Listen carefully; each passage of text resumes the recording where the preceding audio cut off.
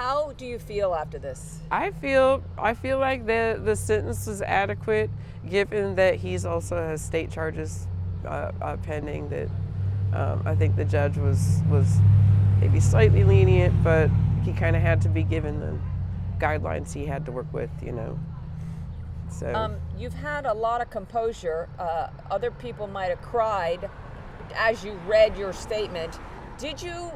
Were you close to that, or how did you feel as you read your statement? yeah, I tell you, when the judge said hair's breadth. Of dying. Yeah, and that's what the neurosurgeon said to me too. The bullet came, he said, literally within a hair's breadth of my carotid, and he, I don't know if the judge knew that or not, but yeah, they hit him. Yeah. You've been to very dark places emotionally. Very. You said in your statement you were close to feeling you wanted to die. Oh yeah. How do you feel now? Well, that's something I'm working on. I still have those days. Yeah. I applied for college at Hill University. I'm in a social work program. I feel that's given me a life goal, something I can work with. And the social workers and my advisor, Beth at the school and the disability department, they're all very supportive. So if I can't get assignments done, they're like, it's okay, they give me extensions, and all of that helps. And my friends, my friends' insistence that I call them, yeah, that helps. The things I'm trying to square with, the fact that the depression that you've experienced, anyone would understand. Mm-hmm. The fact that at times during this ordeal, you felt that you didn't want to live any longer, and then the cruel irony that he almost took your life, and then layer that on top of the fact that he apologized in court today. What is that? Does that have any significance for you? Oh yeah, I hope for restorative justice. I'm happy the federal court system is going to give him the opportunity to go to school himself. I'm happy for my faith that I when I was growing up, I'd listen to the radio and listen to letters from prison, and I know that there's that chance. So I pray for him.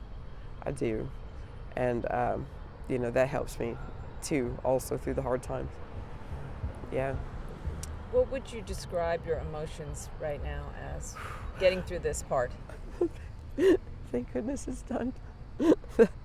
This part, yeah, this is going to give me a little more bandwidth to do my studies, to help some people, to get out and do the things I used to do a little more.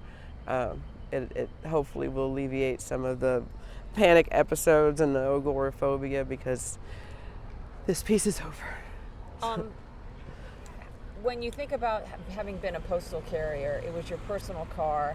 You became very impassioned when you talked about the postal edict, mm-hmm. the postal training. Can Absolutely. You tell me what the training was and why that seemed to really strike a chord for you when you read it? So 3 weeks prior, I was given a safety talk that said, they were talking about a carrier in Charlotte who was held up at gunpoint for their arrow key.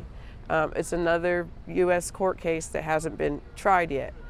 And because of that, they were telling us, if you're ever held up at gunpoint, and I had to sign a safety talk, if you're ever held up at gunpoint, you have to give the gunman your whatever they ask for.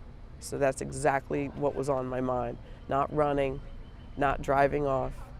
I have to give this gunman what he wants. And so because that was foremost in my mind, I brought that up. That and the fact that, I swore an oath to uphold and defend the Constitution, we the people, so when my community members say, this is terrible, I'm listening to them because they're we the people.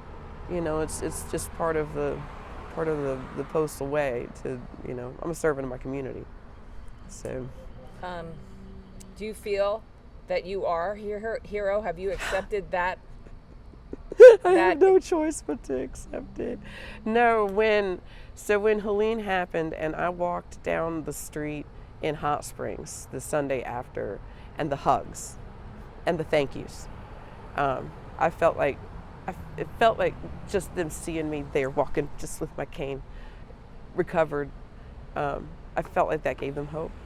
And that was really the first time I saw, oh, you guys think I'm a hero, that I didn't compute that before. But then knowing what they'd been through, knowing that they've seen what I've been through, knowing that they watched me go from a walker and not able to move much to, walking on the railroad tracks, worrying about them, yeah. And yeah, I think too, going into the profession of social work, that also, I'm going to be kind of a hero to some people, so I'll eventually, yeah, not in an arrogant way at all. No. Teresa, I think people want to know, how is your eye? What do you have in your eye now? How are you doing? Yeah, it's an acrylic piece put in by an ocularist in Burlington, North Carolina. She did a really nice job. She painted this to match my other eye.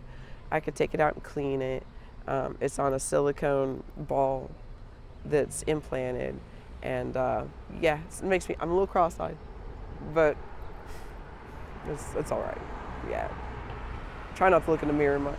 Somebody said I you like had the a little glasses. tattoo or something? I'm gonna get a tattoo that says 1/8 of an inch, because this is the second time I've kept my life by 1/8 of an inch or less. First time was a car accident 25 years ago. So yeah, I feel like I'm here for a reason, and helping other people's the one I've come up with. So the more people I can help, the better.